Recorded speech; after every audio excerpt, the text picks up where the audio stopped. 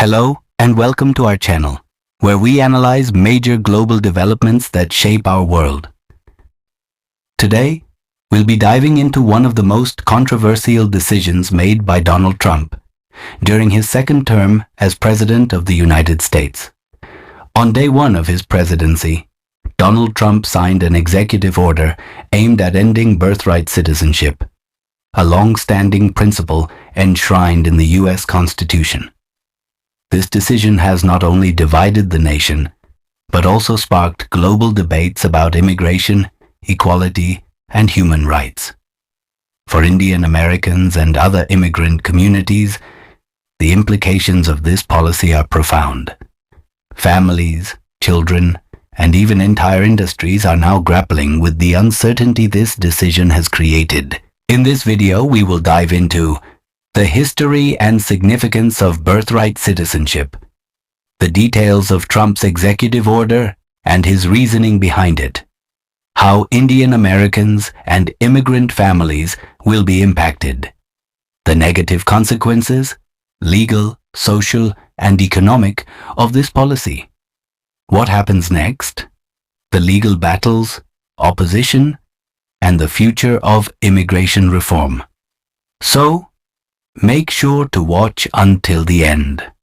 Let's get started. We're going to stop the invasion of our borders. We're going to reclaim our wealth. We're going to unlock the liquid gold that's right under our feet. Liquid gold. And very soon we'll begin the largest deportation operation in American history. To understand the gravity of Trump's decision, we first need to understand what birthright citizenship is and why it has been a cornerstone of American identity. The concept of birthright citizenship, also known as jus soli, or right of the soil, means that anyone born on U.S. soil automatically becomes a U.S. citizen. This principle is embedded in the 14th Amendment of the U.S. Constitution, ratified in 1868. The 14th Amendment was introduced in the aftermath of the Civil War to grant citizenship to formerly enslaved individuals. Its language is clear.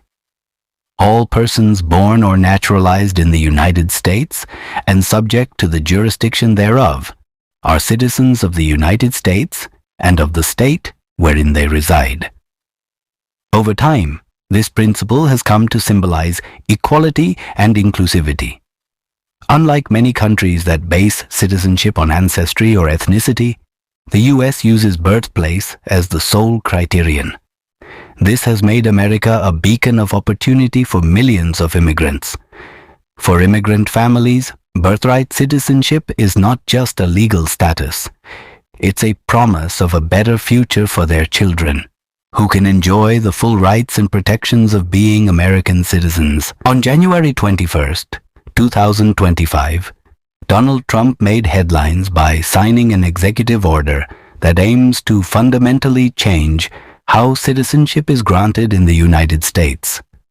The order challenges the traditional interpretation of the 14th Amendment, asserting that children born to undocumented immigrants or non-citizens should no longer receive automatic citizenship.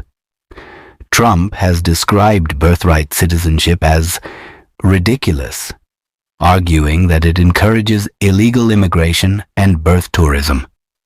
In his executive order, Trump stated, "The 14th Amendment has never been interpreted to extend citizenship universally to everyone born within the United States.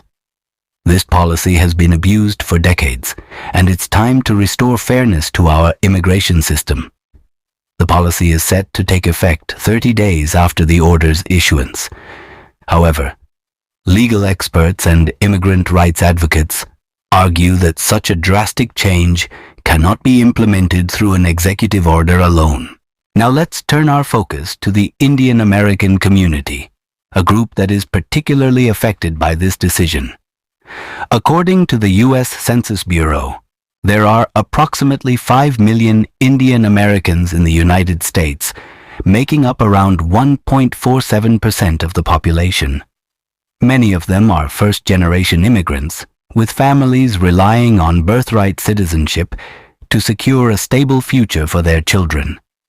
Here are some specific ways this policy impacts Indian Americans. 1. Children born to H-1B visa holders. A significant portion of the Indian American population consists of skilled professionals on H-1B visas. These individuals contribute immensely to industries like technology, healthcare, and academia.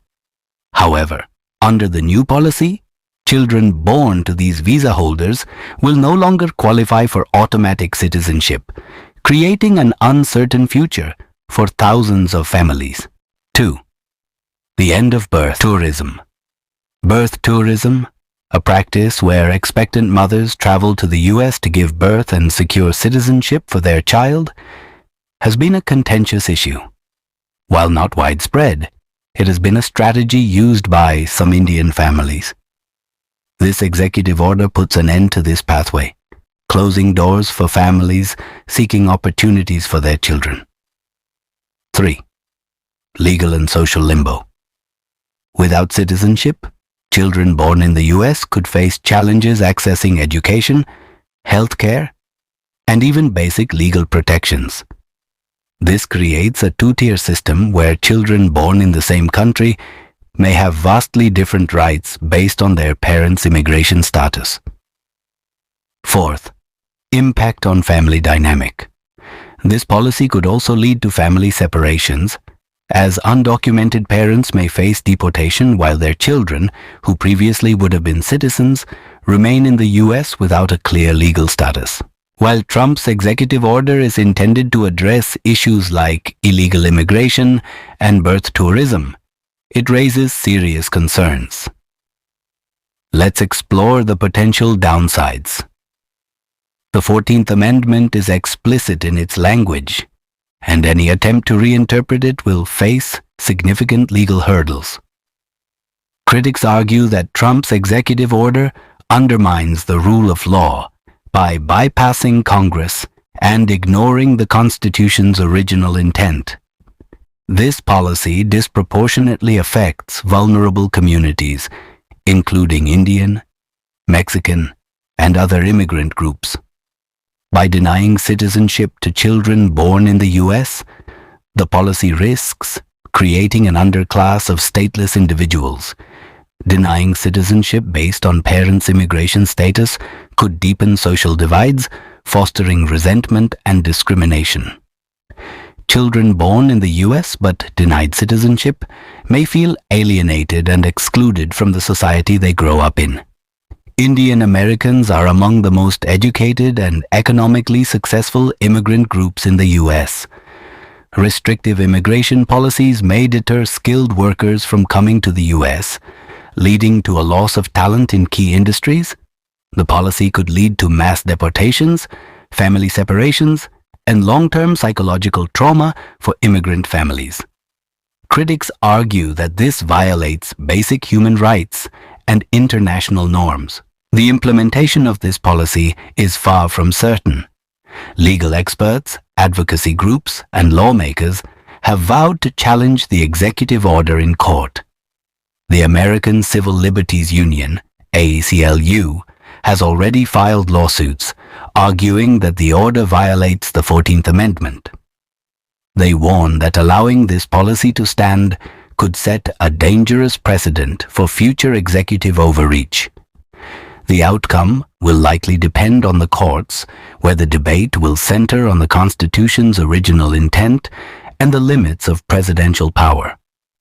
This policy is not just about immigration, it's about the values America stands for.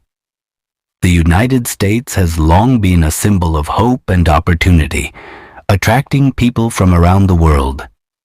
Policies like this risk tarnishing that image and sending a message of exclusion. As we've seen, Trump's executive order to end birthright citizenship is a deeply polarizing decision with far-reaching implications. For Indian Americans and other immigrant families, the stakes couldn't be higher. What are your thoughts on this controversial policy? Do you think it's a necessary reform? Or does it risk undermining the principles of equality and justice? Let us know in the comments below. If you found this video informative, please like, share, and subscribe for more in-depth discussions on global events. Thank you for watching, and we'll see you in the next video.